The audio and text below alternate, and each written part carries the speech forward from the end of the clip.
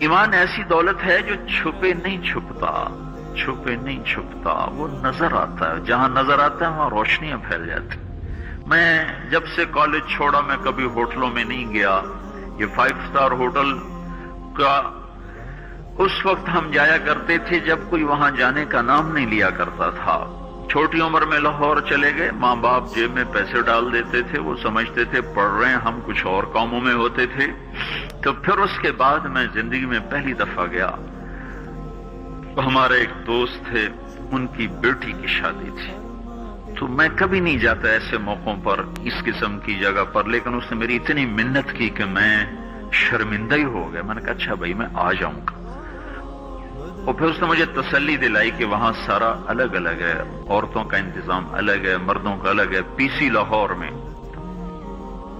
تو میں نے کوئی 30-32 برس کے بعد اس ہوٹل میں قدم رکھا، ماضی کے دھندلکوں میں جھانکتے جھانکتے کتنی صبحیں کتنی شامیں وہاں گزری ہوئی تھیں غفلت کی۔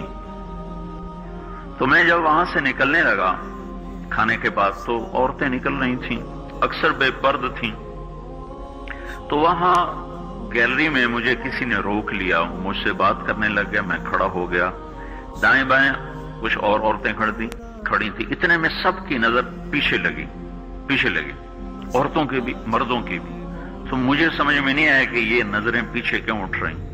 کیا دیکھا، میرے قریب سے ایک خاتون گزری جو سر سے لے کر پاؤں تک مکمل برقعے میں، ہاتھوں پہ بھی دستانے تھے اور پاؤں میں جرابیں تھیں، اور ایک بالکل سادہ سا برقع انہوں نے پہنا ہوا تھا۔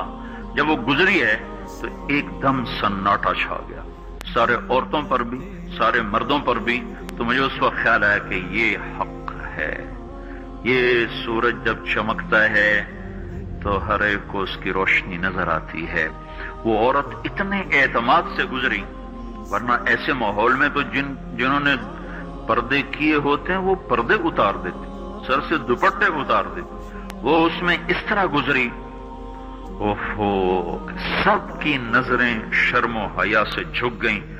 وہ عورتیں جن کے دوپٹے کہیں جا رہے تھے ان کی بھی نظریں شرم و حیا کی وجہ سے جھک گئیں۔ یہ مسلمان عورت کی پہچان ہے، یہ فاطمہ کی بیٹی ہے، یہ خدیجہ کی بیٹی ہے، یہ مغرب کی ننگی بیٹی نہیں ہے کہ جہاں ماں بیٹی کا تصور ختم کر دیا گیا ہے۔ اب وہ گندگی ہماری طرف پھینکنا چاہتے ہیں، وہ ہمیں یہ گند چاٹنے پر لگانا چاہتے ہیں، اور ہم اللہ کی منت کر رہے ہیں یا اللہ تو اس نظام کو توڑ دے۔ ہماری تو بے بسی ہے، ہماری بیٹیوں کے سر سے دوپٹے اتر گئے، کپڑے مختصر ہو گئے، عجب حال ہے۔ حیا پتہ نہیں کہاں ہی روٹ کے چلا گیا، نظر ہی نہیں آتا۔ پہاڑوں میں جا کے بھی ڈھونڈا، وہاں بھی نہیں ملا، صحراؤں میں گئے، دریاؤں میں گئے، کہیں نہیں ملا۔ کبھی ایک صفت ہوا کرتی تھی، آج پتہ نہیں کہاں سے ملے گی، کس بازار سے ملے گی، وہ منڈیاں ہی بند ہو گئیں۔ جس قوم کی بچیاں ناچ گانے کو اپنا شعار اور شوق بنا لیں، ان کی نسل سے اب خالد بن ولید نہیں پیدا ہو سکتے، ناچنے والے ہی پیدا ہوں گے۔ محمد بن قاسم نہیں پیدا ہو سکتے، طارق بن زیاد نہیں پیدا ہو سکتے۔ مجھے صلاح الدین یاد آیا، میں بہت رویا، وہ بھی کسی ماں کا جنا ہی ہوا تھا۔ اس کے زمانے میں کرک، ایک ہمارے پاکستان میں کرک ہے، ایک اردن میں کرک ہے، اونچی پہاڑی پر وہ شہر ہے، بڑا دشوار قلعہ ہے۔ اس پر ایک حکمران تھا عیسائی، اس کا نام تھا ریجنالڈ۔ تو کرک کے قریب سے قافلے گزرتے تھے حج کے، تو اس نے ایک دفعہ حاجیوں کے قافلے پہ حملہ کیا اور کہنے لگا بلاؤ اپنے محمد کو تمہاری مدد کرے، اور سارے حاجیوں کو تعطیق کر دیا۔ اور دوسری دفعہ اس نے بحری بیڑا تیار کی اور مدینے پر حملہ کرنے کے لیے وہ بندرگاہ تک پہنچا یمبو کی، لیکن موسمی حالات سازگار نہ تھے تو واپس ہو گیا۔ تو حطین کی لڑائی ہوئی ہے فلسطین میں، جس میں سارا یورپ اپنی طاقت کے ساتھ میدان میں اترا تھا، اور اذا تنہا صلاح الدین ایوبی رحمۃ اللہ علیہ اکیلا اس لشکر سے ٹکرایا تھا اور انہیں اس میں ساری رومن امپائر کو شکست ہوئی تھی، تو بڑے بڑے بادشاہ اس میں گرفتار ہوئے، تو اس میں ریجنالڈ بھی گرفتار ہو کے آیا۔ تو کوئی 12 بادشاہ تھے ریاستوں کے جو سامنے اس کے پیش کیے گئے، تو پیاس کی شدت سے سب کا برا حال تھا، تو صلاح الدین نے سب کو پانی پیش کیا، ریجنالڈ کو نہیں پیش کیا۔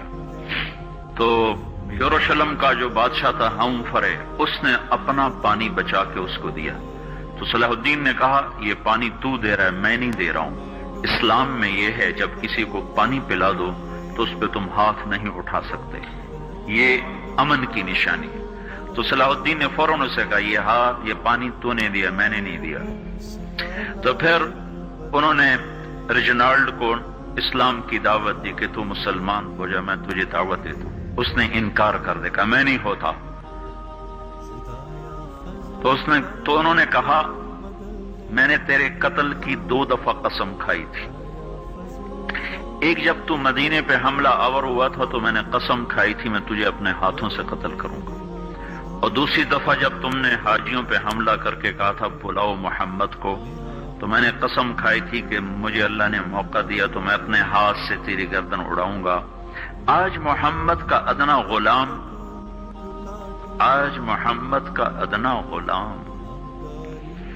تیری اس بات پر یہ فریضہ ادا کرنے کے لیے آ رہا ہے، اور اپنی تلوار سے اس کی گردن اڑائی، وہ پیچھے لٹک گئی، پوری نہیں اڑی، پیچھے لٹک گئی، خوفناک منظر بن گیا۔ تو سارے بادشاہوں پہ کب کبھی طاری ہو گئی۔ تو صلاح الدین فرمانے لگے ہمارے مذہب میں یہ نہیں ہے، بادشاہوں کے ساتھ ہم بادشاہوں جیسا ہی سلوک کرتے ہیں، پر یہ حدود سے آگے چلا گیا تھا۔ اب مجھے یہ قصہ بھولا ہوا تھا، مجھے انہی حادثوں میں، انہی ہنگاموں میں وہ یاد آیا، تو بعد تنہائیوں میں بیٹھ کے بے بسی کے آنسو بہہ جاتے ہیں، اور اس کے سوا کوئی چارہ نہیں ہے۔ ہماری ساری نسل موسیقی میں ڈوب چکی ہے، جو بدن سرتال پہ تھرکتے ہوں، جو بدن موسیقی کے اوپر ہلتے ہوں، رقص میں آتے ہوں، ان پہ کانٹے ہی اگیں گے، ان پہ صلاح الدین کا پھول نہیں اگ سکتا، ان میں محمد بن قاسم کے پھول نہیں اگ سکتے۔ بانجھ ہو گئی ہے ہماری نسل، اور یہ یورپ کا سحر ہے جو چل گیا ہے، ہماری بے بسی ہے، ہماری بے بسی ہے۔ میں تو بس منت ہی کروں گا اپنے آپ کو پہچانو، اپنی ہستی حیثیت کو پہچانو، اپنی نسبت بدلو۔